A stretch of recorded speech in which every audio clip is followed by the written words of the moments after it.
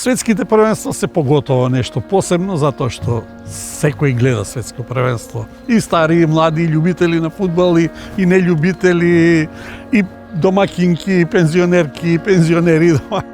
За 2 дена започнува најголемата фудбалска треска. 48 репрезентации поделени во 12 групи ќе учествуваат на предстојниот мундијал. Кој има најголеми шанси да го подигне победничкиот пехар? Има ли подобар соговорник на овие теми од човекот кој 42 години мина во спортското новинарство?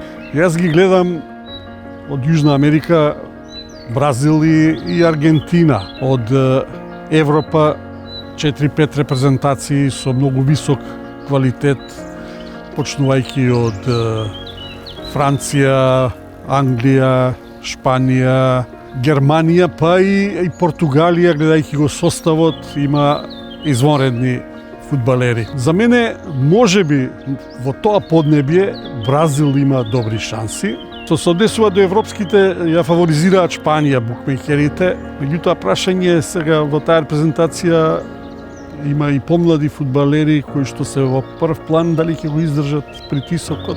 Какви се шансите на репрезентациите од регионот, Хрватска и Босна и Херцеговина? Хрватска има еден лидер во името на Модрич, има неколку искусни фудбалери како што се Перишич, Ковачич, Станишич, Ливаковиќ. Мислам дека ќе ја помине групната фаза, дека нема да има проблем да дојде на нокаут фазата, а се натаму ќе биде еден бенефит. Босна и Херцеговина. Босна и Херцеговина е убава фудбалска приказна. Мислам дека направи многу со тоа што мина 2 тешки баражни превари, најнапред против Велс, а потоа ја елиминира Италија. Интересирањето во Босна и Херцеговина е ненормално.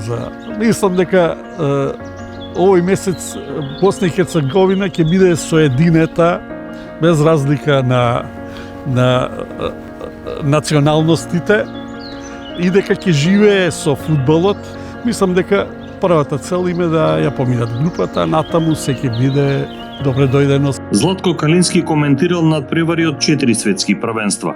3 финални надпревари ги коментирал од лице место. 2002 финале беше во Јокохама, Бразил и Германија. Една фантастична атмосфера, нов стадион. Следното финале беше во Германија.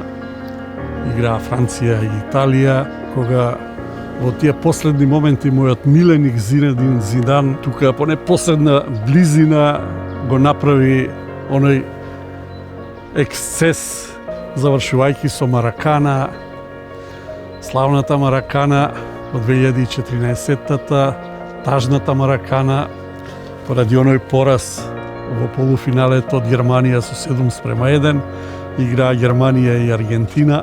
Последен надпревар пред заминувањето во пензија на Калински му беше меѓу Атлетико и Реал Мадрид. Ова се последните слики од една, би рекол, долга професионална трка. Ми беше чест, драги гледачи,